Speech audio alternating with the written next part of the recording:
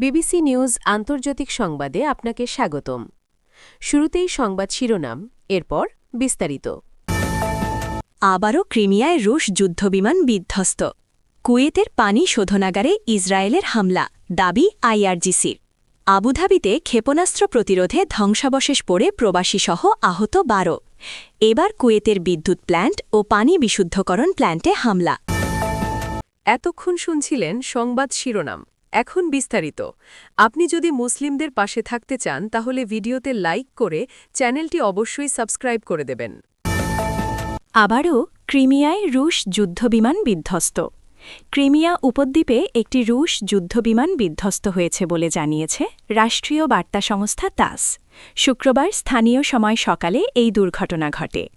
রাশিয়ার প্রতিরক্ষা মন্ত্রণালয়ের বরাত দিয়ে জানানো হয়, সুখোই SU-30 যুদ্ধবিমানটি একটি নির্ধারিত প্রশিক্ষণ উড্ডয়নের সময় ভেঙে পড়ে।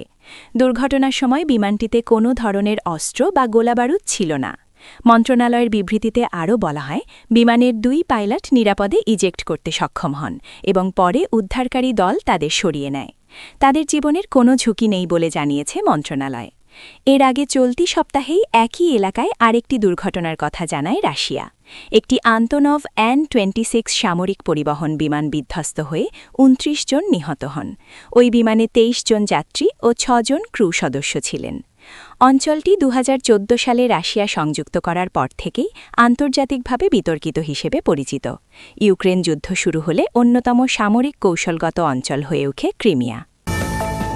কুয়েতের পানি শোধনাগারে ইসরায়েলের হামলা, দাবি আইআরজিসির। কুয়েতের বিদ্যুৎ কেন্দ্র ও লোনা পানি স্বাদু করার স্থাপনায় হামলা হয়েছে। শুক্রবার স্থানীয় সময় দুপুরের আগেই প্ল্যান্টটিতে আঘাত হানার কথা জানানো হয়। তখন আন্তর্জাতিক সংবাদ মাধ্যমে হামলাকারী হিসেবে ইরানের নাম উঠে আসে। কিন্তু কয়েক ঘণ্টার মধ্যে ইরানের ইসলামিক রেভলিউশনারি গার্ড কোর আইআরজিসির এক বিবৃতিতে ভিন্ন দাবি করা হয়েছে। বলা হয়েছে, ইরান নয়, ইসরায়েল হামলা চালিয়েছে। এর তীব্র নিন্দা জানিয়েছে ইরান।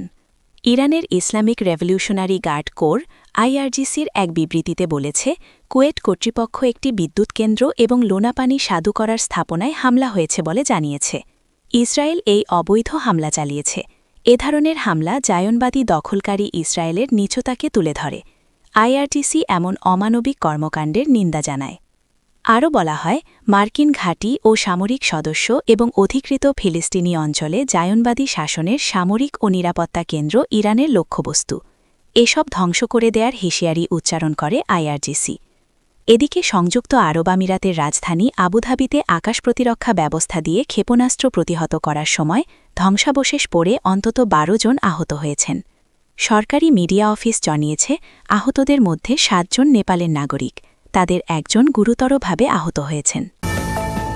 আবুধাবিতে ক্ষেপণাস্ত্র প্রতিরোধে ধ্বংসাবশেষ পড়ে প্রবাসীসহ আহত 12। সংযুক্ত আরব আমিরাতের রাজধানী আবুধাবিতে আকাশ প্রতিরক্ষা ব্যবস্থা দিয়ে ক্ষেপণাস্ত্র প্রতিহত করার সময় ধ্বংসাবশেষ পড়ে অন্তত 12 জন আহত হয়েছেন। সরকারি মিডিয়া অফিস জানিয়েছে, আহতদের মধ্যে 7 জন নেপালের নাগরিক। তাদের একজন গুরুতরভাবে আহত হয়েছেন। শুক্রবার আল জাজিরার প্রতিবেদনে এ তথ্য জানানো হয়। এছাড়া ভারতের 5 জন নাগরিকও রাজধানীর আজবান এলাকায় আহত হয়েছেন বলে জানানো হয়। ঘটনার পর সংশ্লিষ্ট কর্তৃপক্ষ পরিস্থিতি নিয়ন্ত্রণে এনেছে এবং নিরাপত্তা জোরদার করা হয়েছে। এদিকে কুয়েতের র্যাপিড সেন্ট্রি আকাশ প্রতিরক্ষা ব্যবস্থা স্থাপন করবে ব্রিটিশরা। ইরানি হামলা প্রতিহতে শিগগিরই এই ব্যবস্থা মোতায়েন করা হবে। শুক্রবার 3 এপ্রিল এই ঘোষণা আসে। আল জাজিরার প্রতিবেদনে বলা হয়েছে, কুয়েতের মিনা আল আহমাদি তেল পরিশোধনাগারে হামলার পর ব্রিটিশ প্রধানমন্ত্রী কিয়ার স্টারমার এবং কুয়েতের আমির শেখ মিশাল আল আহমেদ আল সাবাহ ফোনে কথা বলেছেন।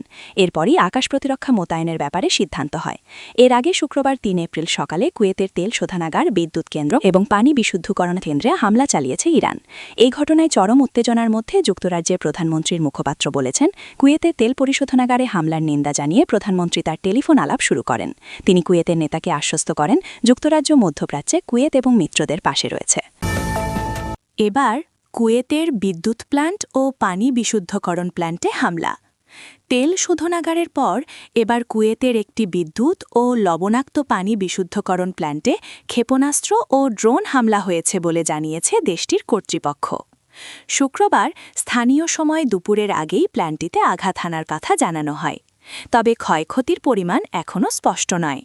এর কয়েক ঘণ্টা আগে ভোরে ড্রোন হামলার লক্ষ্যবস্তু হয়েছিল মিনা আল আহমাদি তেল শোধনাগার। রাষ্ট্রীয় বার্তা সংস্থা কুনা জানায়, হামলায় শোধনাগারের একাধিক কার্যকর ইউনিটে আগুন ধরে যায়, তবে কোনো কর্মী আহত হননি। দ্রুত ঘটনাস্থলে জরুরি ও দমকল বাহিনী পৌঁছে আগুন নিয়ন্ত্রণে কাজ শুরু করে। কর্তৃপক্ষ জানিয়েছে, পরিবেশ সংক্রান্ত সংস্থাগুলো শোধনাগারের আশপাশের বায়ুর মান পর্যবেক্ষণ করছে। একই সঙ্গে সম্ভাব্য তেজস্ক্রিয়তা ছড়ানোর গুজবও তারা অস্বীকার করেছে।